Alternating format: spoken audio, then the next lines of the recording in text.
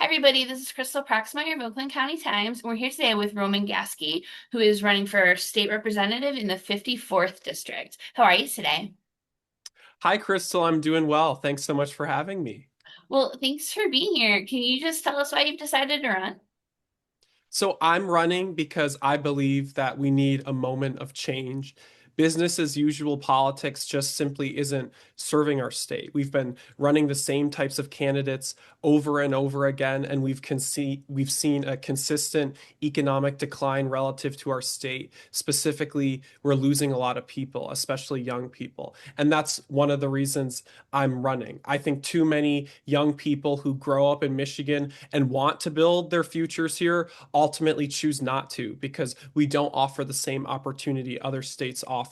So I think with my perspective as a young person who's grown up in this community and North Oakland County, I can understand how better to keep these people in Michigan. And that's not just about young people, that's about all people because in our state, we have an aging population. I talk to a lot of seniors when I knock doors, and they're worried that their programs might not be covered because they've worked hard their whole lives, they've followed the rules, and they deserve to retire with dignity. So we need to make sure that we're a competitive enough state so we can have enough Michiganders here and even new people who move here so we can keep our state growing and we can keep our retired population with the benefits that they were promised. What are some of those things that you'd like to work on if you're elected?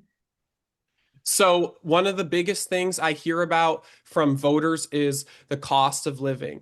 You can talk about groceries, auto insurance is particularly big in Michigan, healthcare, energy, childcare, rent. Basically, everything people feel has gotten out of control.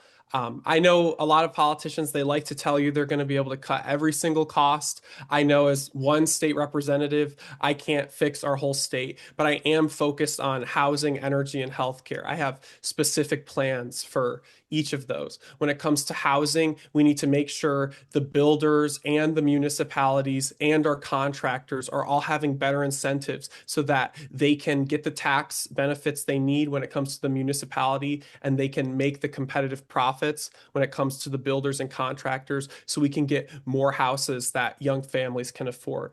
When it comes to energy, I don't think people realize how poor the service Michigan gets in a lot of ways, especially when it comes to power restoration and outage time per customer served in general. We rank among the bottom in terms of all these states. So I think we need to hold utility companies accountable. A lot of other states do this. The legislature sets a performance standard, and if they can't meet that performance standard, then they're going to have to pay the consumer a rebate because unfortunately, I don't think we can just rely on the Michigan Public Service Commission. They seem to allow too many rate increases in my opinion.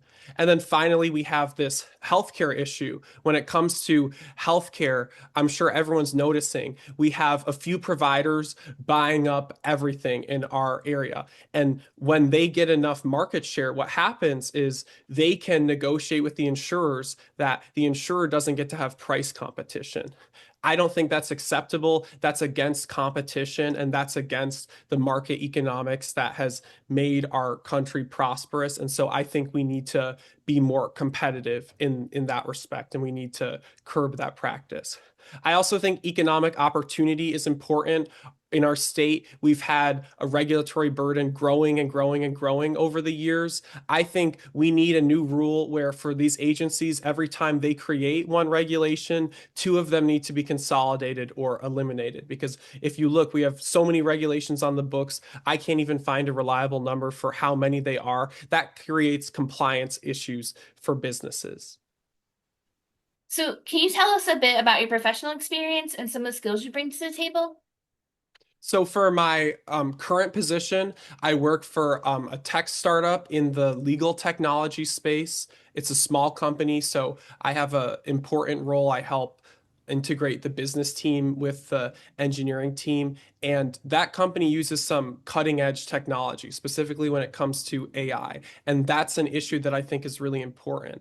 And I feel that I'm qualified to help us get into this future where we, first of all, just see what's happening with AI. Because in terms of my studies at University of Michigan, I studied math and data science. So I understand this technology in theory, but I also understand it in practice with my job. And I'm not going to say I have all the answers because I don't, but I'm alarmed when I talk to state legislators and I hear that there's not even a plan on AI. There's not even agreement on which committee would oversee AI. So I think creating a standing committee on artificial intelligence next term is a no-brainer. In terms of government experience, I serve on the Oxford Downtown Development Authority, on the Economic Vitality Committee. That's been a useful experience because you get to see the nuts and bolts of local government and how funding is allocated. People don't realize that we have these brownfield authorities, we have these DDAs, and they automatically siphon off money from some of our other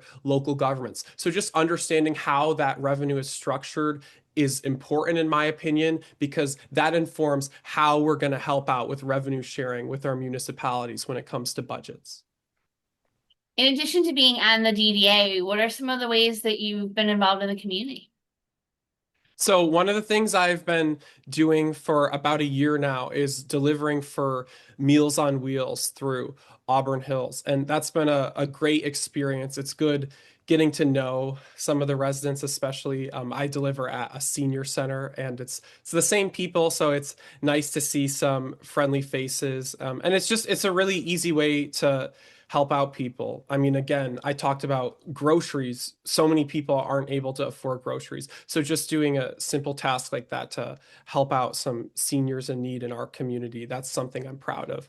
I'm also involved with the youth assistance for Oxford schools. This year, I was mentoring a student, so I actually met with him once a week for 30 minutes, pretty much every week. And to be honest, I was pretty scared because I haven't talked to little kids in a while. I only have one sibling and she doesn't have any kids yet. So I wasn't sure how it would go, but I was pleasantly surprised. I really had fun watching him grow and that went well. So I took on another student as well, going through the year. So that's just some of the ways I've been involved recently. In terms of my background, I grew up in Oxford and Orion for my entire childhood, and I was in Lake Orion schools K through 12. So the majority of my life has been spent here. I'm the candidate who's lived the most years in this district of either party running in this race.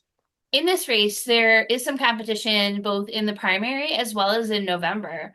Why should the voters pick you?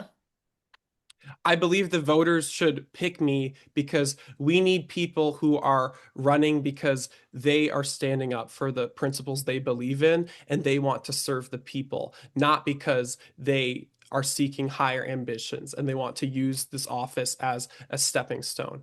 I believe that when you make a promise to the people that you're going to run to represent them, you need to follow through with this promise. This is my community. This isn't a community I moved to run to. So this is not a stepping stone for me. So I won't quit on you. That's number one. But number two, there's business as usual.